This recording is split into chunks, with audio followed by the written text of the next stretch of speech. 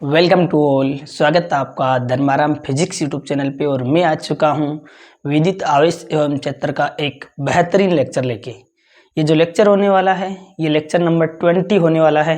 इससे पहले 19 lecture complete हो चुके हैं। यदि आपने नहीं देखे हैं तो प्लेलिस्ट में जाकर देख सकते हो। आज की क्लास स्टार्ट करूँ इससे पहले पिछले लेक्चर में हमने क्या पढ़ा था उसका एक शॉर्ट रिवीजन करवा लेता हूँ। हम पढ़ रहे थे गाउस के नियम का अनुप्रयोग। पिछले लेक्चर में हमने पढ़ा था एक समान रेखीय आवेशित चालक तार के कारण विद्युत क्षेत्र की तीव्रता निकालनी थी। आज के लेक्चर में हम पढ़ेंगे एक समान आवेशित अनंत समतल चादर के कारण विद्युत क्षेत्र की तीव्रता। ये जो चैप्टर है हमारा ये अब ओवर होने वाला है। इसके जो कंसेप्ट है वो एक ये लेक्चर और एक अगला लेक्चर हो जाए और आ जाएगा। और हमारा ये जो लेक्चर टॉपिक चल रहा है विद्युत आवेश एवं क्षेत्र का, ये इसके जितने भी कंसेप्ट है वो कंप्लीट हो जाएंगे। फिर न्यूमेरिकल की हम अलग से सीरीज चलाएंगे, ठीक है ना। उसके बाद सेकंड चैप्टर स्टार्ट कर देंगे। इस चैप्टर की 2 क्लास और आएगी, तो एंजॉय करिए आज की क्लास को। आज की क्लास में हम पढ़ेंगे एक समान आवेशित अनंत समतल चादर के कारण विद्युत क्षेत्र की तीव्रता। तो सबसे पहले हम एक अनंत एक समान आवेशित चादर बनाते हैं। ये इस प्रकार अनंत तक है।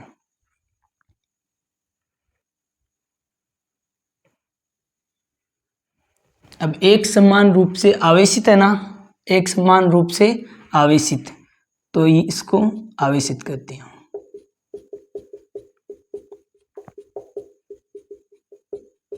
ये चादर होती कैसी है?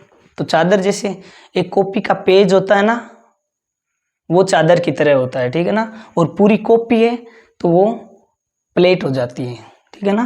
थोड़ा ध्यान में रखना।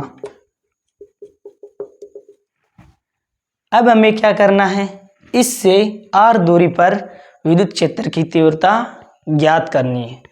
तो सबसे पहले हम लिखेंगे क्या थ्योरी में कि एक अनंत आवेशित चादर जिसका पृष्ठीय आवेश घनत्व क्या होगा, सिग्मा। कैसे होगा पृष्ठीय आवेश घनत्व? सिग्मा। क्योंकि मैंने आपको पीछे के लेक्चर में पढ़ाया था, एक होता है रेखीय आवेश घनत्व, एक होता है पृष्ठीय आवेश घनत्व, एक होता है आयतनीय आवेश घनत्व। जो रेखीय आवेश घनत्व होता है वह तो होता है तार के लिए हम रेखीय आवेश घनत्व निकालते हैं।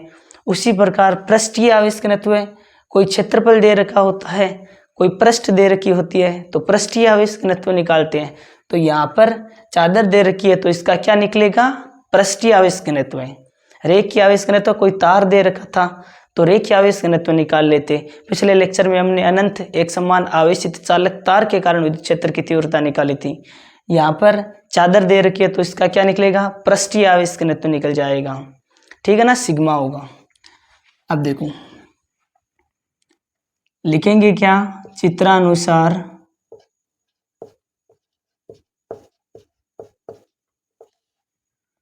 एक अनंत एक समान आवेशित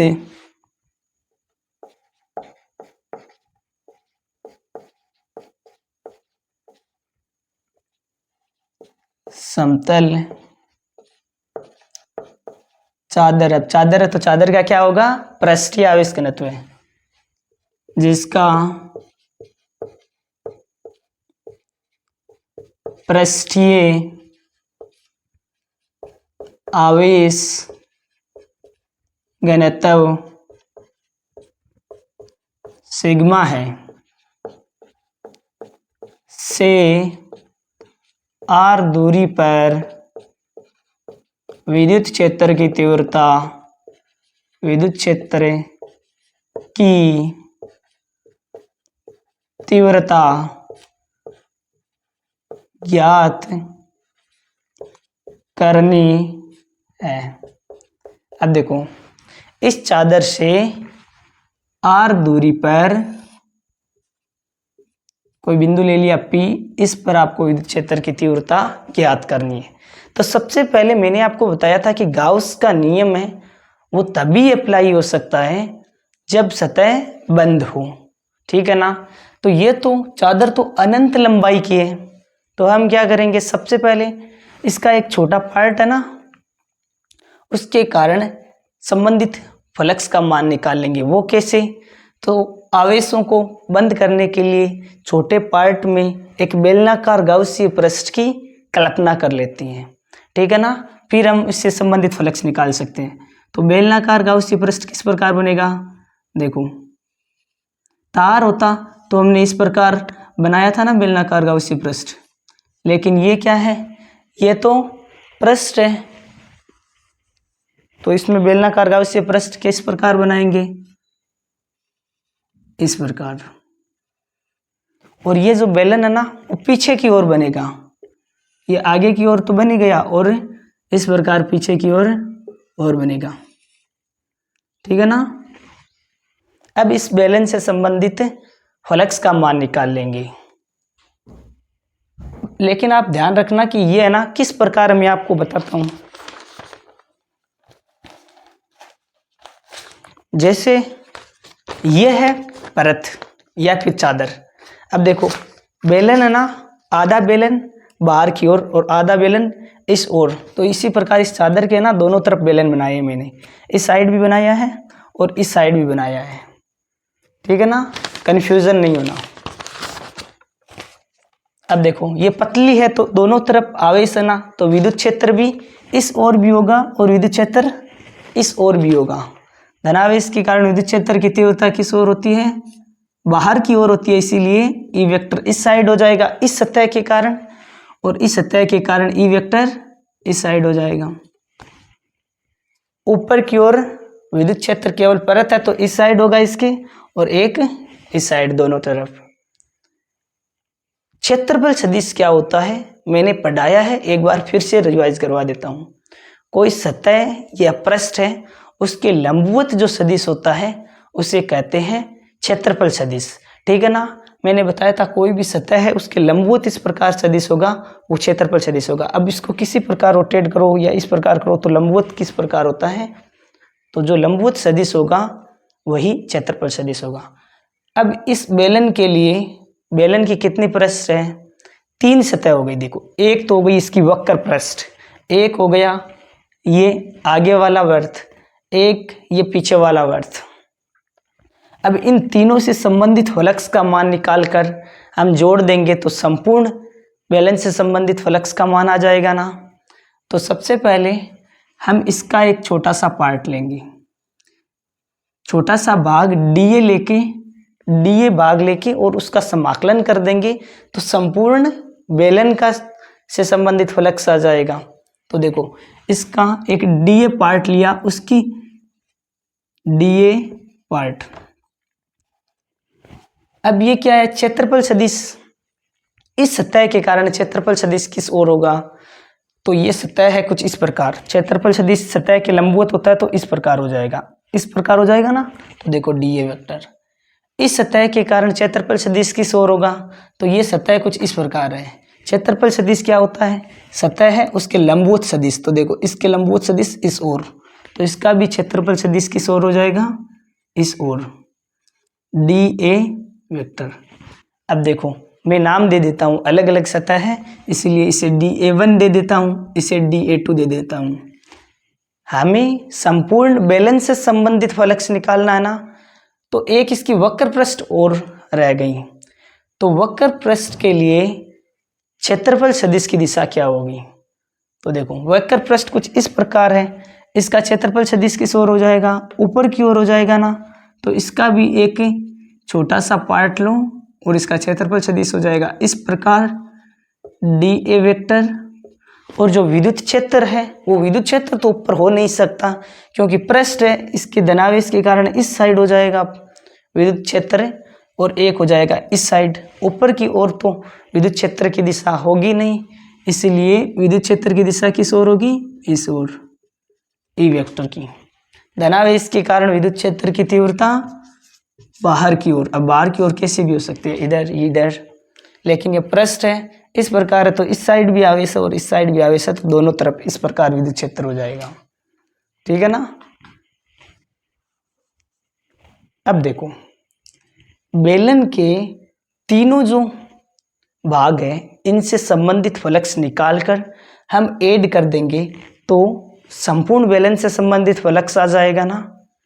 तो बस यही हम थ्योरी में लिखकर और तीनों भाग के कारण संबंधित फ्लक्स निकालकर तीनों को ऐड कर देंगे। अब आप करोगे ना तो आसानी से समझ में आ जाएगा। अब क्या लिखोगे, एक आर त्रिज्या, गाउस का नियम लगाने के लिए इस प्रकार लिख लो और भी बेहतर तरीके से समझ में आएगा। गाउस का नियम लगाने के लिए एक आर त्रिज्या की बेलनाकार गाउसीय पृष्ठ की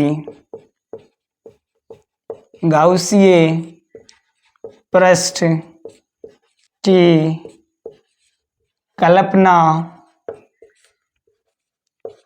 करते हैं। इस बेलनाकार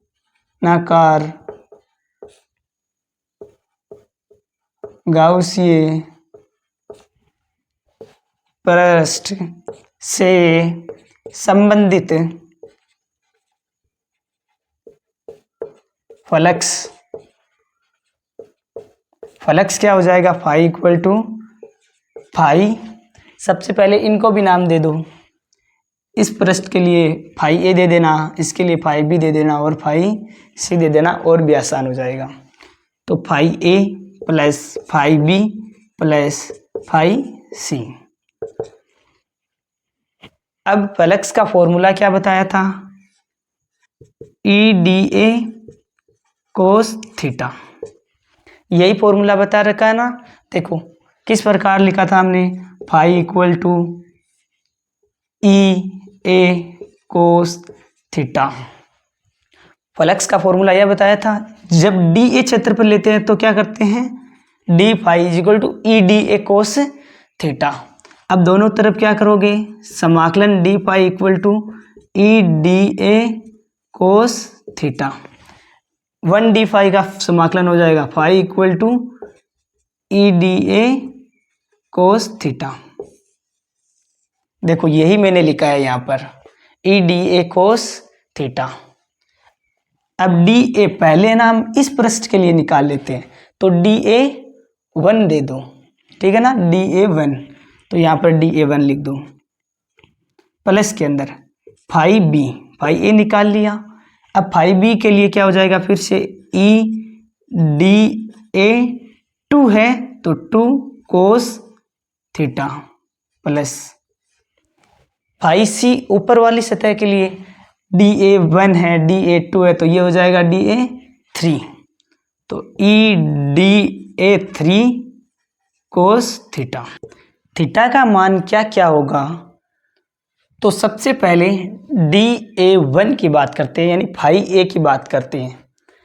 तो फाई ए में क्षेत्रफल सदिश किस ओर है, इस ओर, और विद्युत क्षेत्र भी इस ओर। दोनों के मध्य कोण कितना है, दोनों के मध्य कोण है 0 डिग्री। तो क्या लिखेंगे,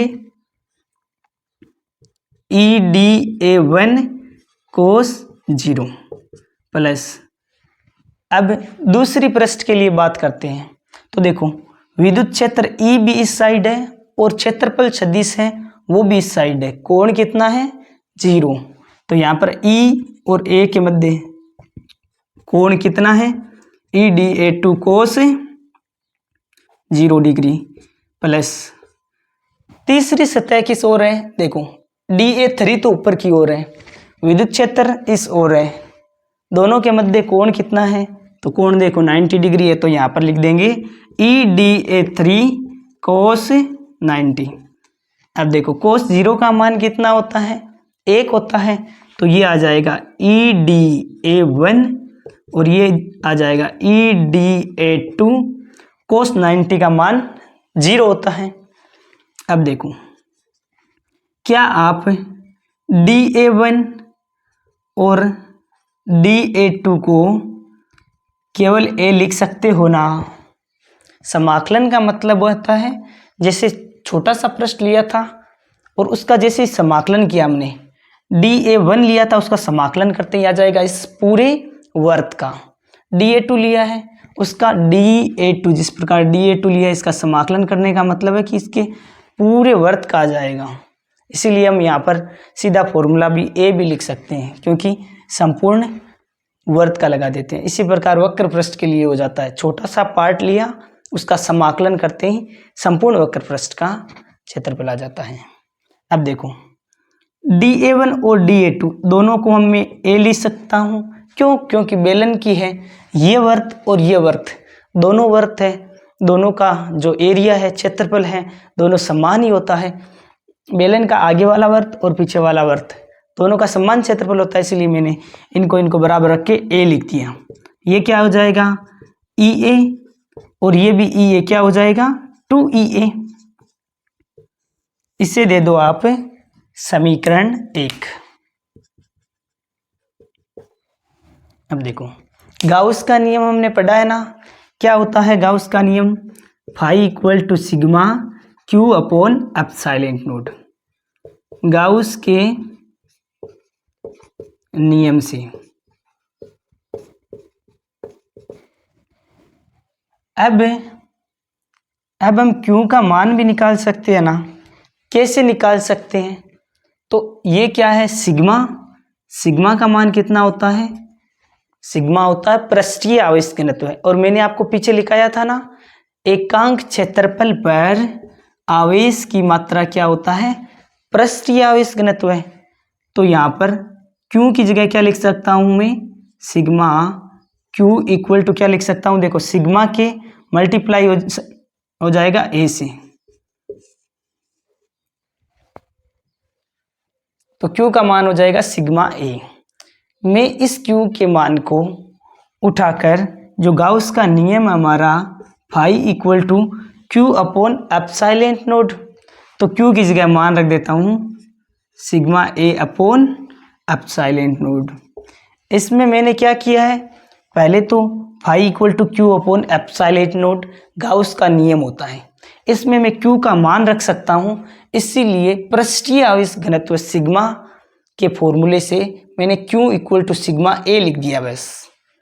अब इसे क्या देता हूँ, इसे दे देता हूँ समीकरण 2। अब ध्यान से देखोगे तो आप देखोगे कि समीकरण 1 में भी फाई का मान है, समीकरण दूसरे में भी फाई का मान है, तो मैं दोनों की तुलना कर सकता हूँ, दोनों को बराबर रख देता हूँ।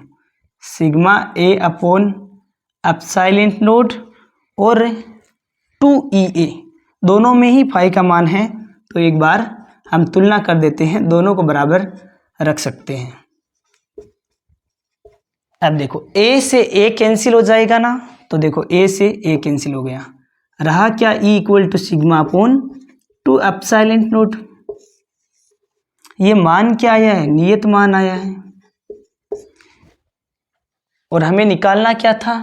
अनंत एक समान आवेशित समतल चादर के कारण विद्युत क्षेत्र की तीव्रता क्या आ जाएगी? E equal to sigma upon 2 epsilon naught. आपको इसका सदिश रूप पूछे ना, सदिश रूप, तो सदिश रूप क्या हो जाएगा? E equal to sigma upon 2 epsilon naught तो है ही, दिशा बताने के लिए आर कैप लगा देंगे। अब हम बना लेते हैं इनका वक्र। वक्र किस प्रकार बनेगा? तो देखो E व R में वक्र, ये हो गया E, ये हो गया R। अब आप ध्यान से देखोगे तो फॉर्मूले में R आ ही नहीं रहा है, इसका मतलब E R पर निर्भर नहीं करता। इससे पहले जो हमने अनंत एक समान आवेशित चालक तार के कारण जो विद्युत क्षेत्र की तीव्रता निकाली थी ना, उसमें तो E है कितनी आई थी? 2K लैम्ब्डा अपॉन R आई थी ना। इसमें E R के R E के व्युत्क्रमानुपाती था, इसीलिए वक्र हमारा इस प्रकार बन गया था, क्योंकि E जैसे जैसे बढ़ रहा था वैसे वैसे R घट रहा था। लेकिन इसमें क्या है? इसमें ई है वो आर पर निर्भर ही नहीं कर रहा है। ई का मान तो नियत आया है, कितना आया है, ई इक्वल टू आया सिग्मा अपॉन 2 एप्सिलॉन नॉट, इसीलिए एक सीधी रेखा वक्र बन जाएगा। क्या आपको कंप्लीट डेरिवेशन समझ में आ गई ना? ये गाउस के नियम का दूसरा अनुप्रयोग है।